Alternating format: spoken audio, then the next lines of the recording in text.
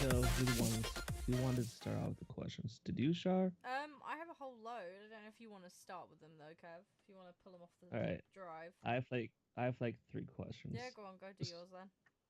All right. So your Viper's like one of your things nowadays is like you're proud, and I don't blame you for being like an OG caster from like the good old days of Justin TV. So the first question is like, how has the how has it changed from the Justin TV days to now, and like what things have some of the OG casters like yourself and other people have to do to adapt to how it is nowadays? Well, what's changed is now there's like actual competition. Like there's just straight up competition for any kind of viewer. Like I'm not a full-time broadcaster. I broadcast way less now than I ever used to. So it's not something I have to deal with so much because I'm not looking for like numbers. I just broadcast. But definitely like people who are full-time broadcasters, it's a real competition because it's their living. When I streamed in the JTV days, there was no making a living off streaming. It didn't really exist. It was in your spare time, and almost everyone, it was their spare time type thing. There was very few people that did anything as their living. I would say 4-player podcasts, maybe it was kind of their living, but even then they traded off in such a way. I'm pretty sure that they worked outside of it and then had their podcast, and they always were cycling through their people. But so as far as it goes now it's just a complete competition. It's not a community that is always working together. It just seems like people definitely wall themselves off from each other more than in the past, where it was more of one big community to stream in. As far as like broadcasters and like what people do differently, OG wise, I would say there's a lot more. You have to always update your stream. Before, you'd set up your stream, and then you would just stream, and you just do that for a year, and maybe you change a logo sometime after a year or something. Now it's like there's always the new latest greatest thing coming out. Like Revlo came out, and then people started moving that. Now it's going away. Now they're gonna have to find a new thing. And it's like the stream pop-up things, like, such and such followed, sub, like you want the pop-ups and all that stuff. And, you want the newest, latest, greatest. Then you see there's a tip jar, like, thing that you can fill up, and, like, people start putting that in their streams, and it spreads. And it's just, like, always, like, trying to stay up the latest, greatest. And then, like, decide do you want to keep it, change it, and then you have to update it, right? Then you have to update the pop-ups. If you don't, it's the same pop all the time. People get tired of it. It's just a constant update and scramble to stay relevant and new. I would say it's definitely different than in the past. You're always scrambling to like update and have new content. It's not all about the games anymore. That is for sure. Twitch is not all about the games anymore. It's all about content versus gaming. Entertainment. Entertainment, yes. If you're not entertaining, a lot of people will just click away. Yeah.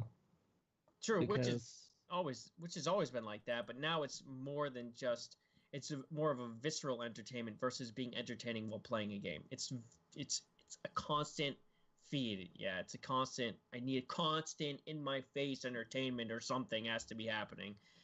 Yeah. Now this kind of hits on what happened earlier in the podcast, but when you first started streaming, like, see, how old is Nathan now? 7. See, and see, did you start streaming before or after he was born? Oh, before, so, like 2 years before. How has like streaming changed from like, oh hey, not having a kid to now you have 3 children and you have to balance like baseball practice, or oh hey, I have to take the kids to like school or like things like that. Like, how is that whole transition? Because like when you think streamers, you think, oh hey, single people. You don't really hear a lot of quote unquote adults with like 3 children. So like, how did you adapt to the whole like transition from as a streamer or YouTuber type of thing? Yeah, so it's definitely changed because one, my main focus isn't like, so I do have 3 kids, and that alone changes because, as you've seen, I've had to leave the podcast twice just to go upstairs because once was my family came home, another time is the pizza was coming, so I had to go deal with that. There's always like me dealing and balancing the family life. One, during the stream, off the stream, I can't spend nearly the time on the stream to update. You know how I say you always have to be updating? Well, I can't really do that very much. It's something I have to do in my spare time, which almost is non-existent. Like trying to test any kind of like update is almost impossible. I have to do it like on lunch at work. So like, and then at the same time, I broadcast late because I want to spend time with my kids too. Like before I start streaming before Nathan goes to bed, like an hour before bed. I used to start streaming at 6. Now I do it at 7:30 because I want to spend time with him and I want to spend time with my daughter and my other son. So it's just a constant balance of family. Plus things come up with the kids. We're at the not stream or stream late, or it's streaming with children is difficult because streaming without a doubt is not the priority. And if it is, and you have kids, then you're a horrible parent, right?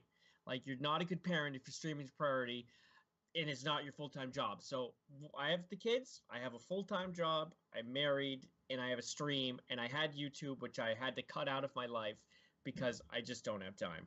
So yeah, it's a constant balance and of everything. It's hard to stream, I would say sometimes.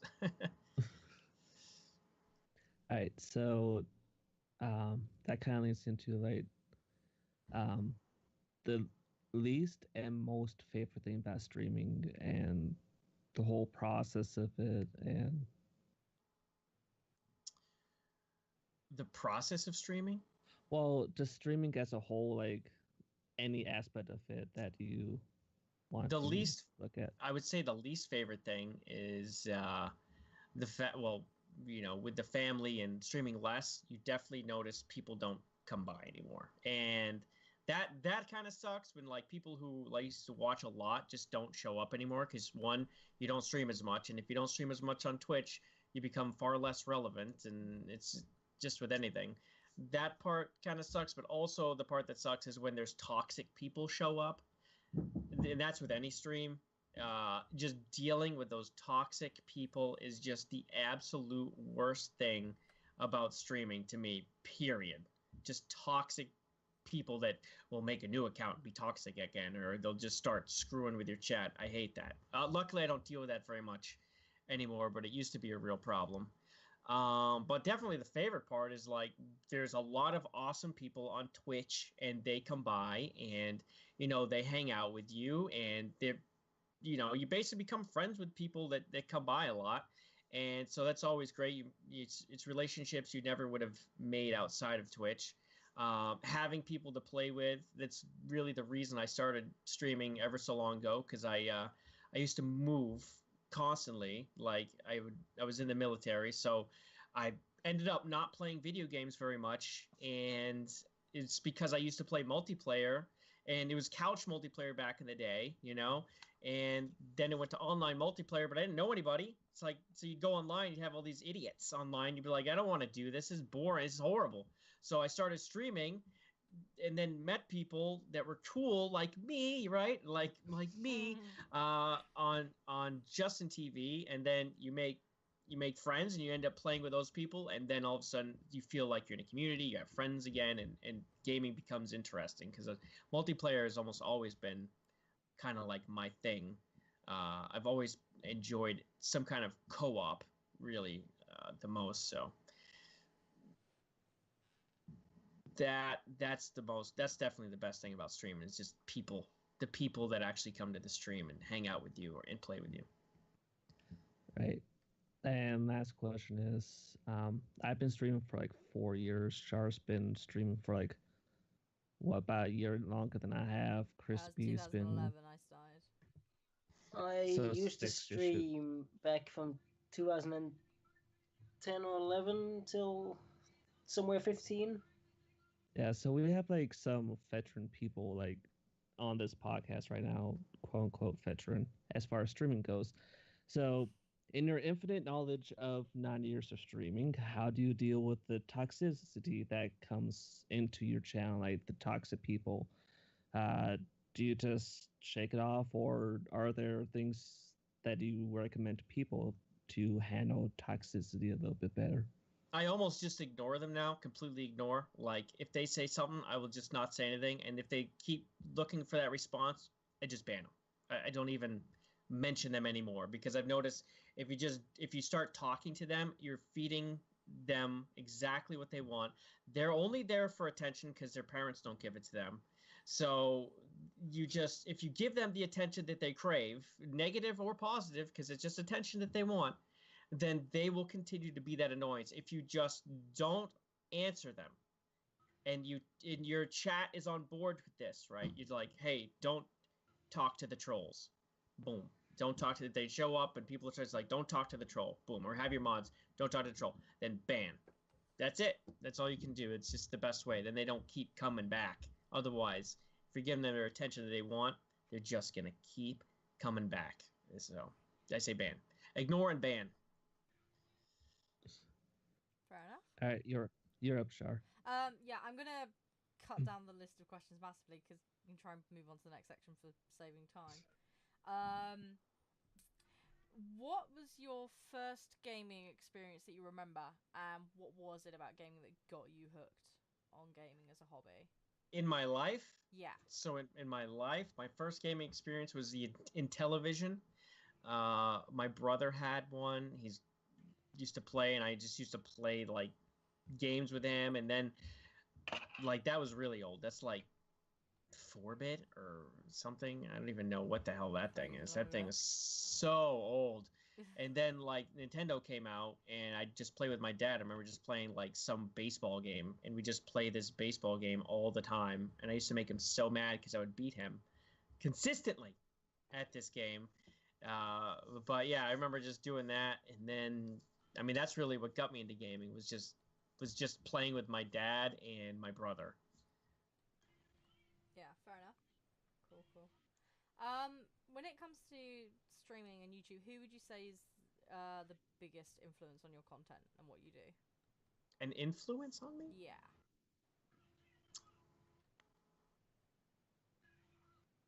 I think I'd look at lots of smaller streams, to be honest, right now. I don't know about a specific person. I know, like, well, I don't even do YouTube anymore. Yeah. But, I mean, I don't know. So, like, yeah, when it comes to just Twitch, like, I just see, like, I guess, you know, a handful of people and what they're doing. And if something looks cool, I'll like try like my version of it, or if that's how I like noticed like even the pop-up things started coming up. Like, what is this? Like, this is new. So that's when I would say there's not a specific person. I don't really watch YouTube. Mhm. Yeah, I don't. I listen to it for like music. Fair enough. That's so good. Is there anyone particular you've been watching lately that you really enjoy, and any particular reason?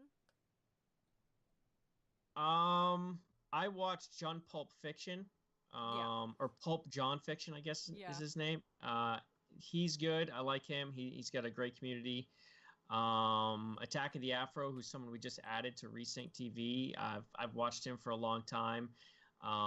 Dr. Disrespect is a guilty pleasure. I love listening to that dude just absolutely beat the piss out of people like online and in the chat as they talk. I just like, you know, his whole demeanor is great.